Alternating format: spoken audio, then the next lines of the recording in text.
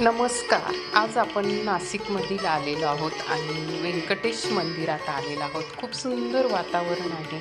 अगदी मस्त रमणीय वातावरण. आधी मी तुम्हाला गोशाळा दाखवली. एका साईडला गोशाळा आहेत.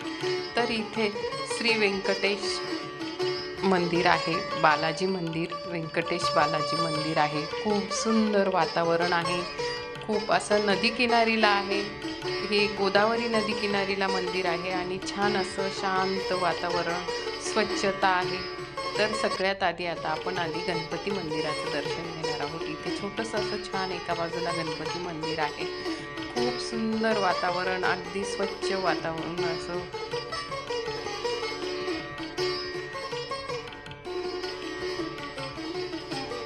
मंदिराचं. आणि आपण आता पुढचं याच्याकडे जाणार आहोत. तर आपण इथे खूप सुंदर संगमरवरी दगडातील आणि एका बाजूला इथे महादेवाची पिंड आहे, ती सुद्धा संगमरवरी दगडामध्येच आहे. छान.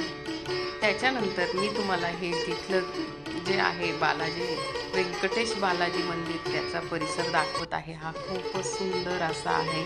अगदी स्वच्छता आहे. पाऊस चालू होता झिमझिम आणि पावसाळ्यातच आपण इथे भेट दिलेली आहे. हे मंदिरासमोरचं जे आहे तर हा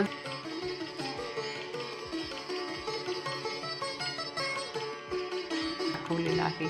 अगदी स्वच्छ असा परिसर आहे. आता आपण मेन मंदिरामध्ये जाणार आहोत. तिन्ही बाजूंनी जायला रस्ते आहेत. तर ह्या ठिकाणावर अशा पायऱ्यात आणि आता आपण मेन मंदिरात जाणार आहोत.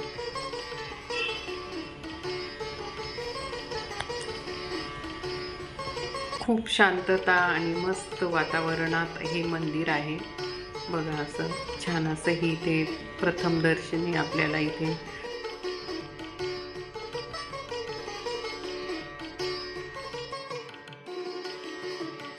आणि तिला साईडनी चौकट केलेली आहे.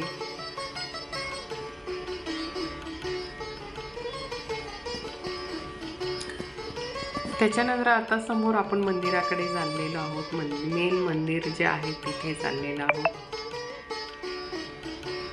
शांत वातावरण, अगदी सुंदर. आपण आता इथे बघा किती सुंदर असं हे फूल ठेवलेलं आहे आणि छान अशा ह्या पादुका आहेत. बाहेरूनच दर्शन घ्यावं लागतं. छान अशा मूर्त्या आहेत दोघं बाजूंना. सुंदर त्यांना वस्त्र घातलेले आहेत गुलाबी कलरचे आणि छान असं दोघं साईडला.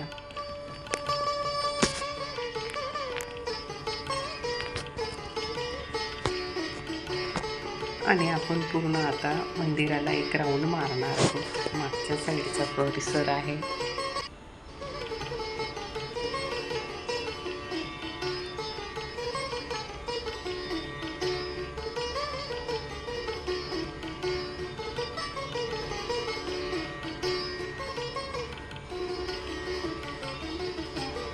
बघा वरचं छत खूप छान असं आहे आणि मस्त शांत वातावरण आहे. आपलं मन प्रसन्न होऊन जातं ह्या वातावरणात. शांत अगदी बघा लोक असे छान बसलेले असतात ध्यान करण्यासाठी सुद्धा. तर इथे शेजारीच मातेचं मंदिर आहे, तिथे सुद्धा आपण गेलो.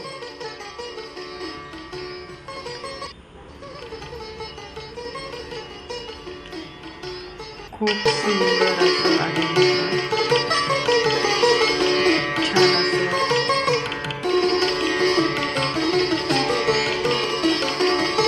शांत वातावरणात व्यंकटेश बालाजी मंदिर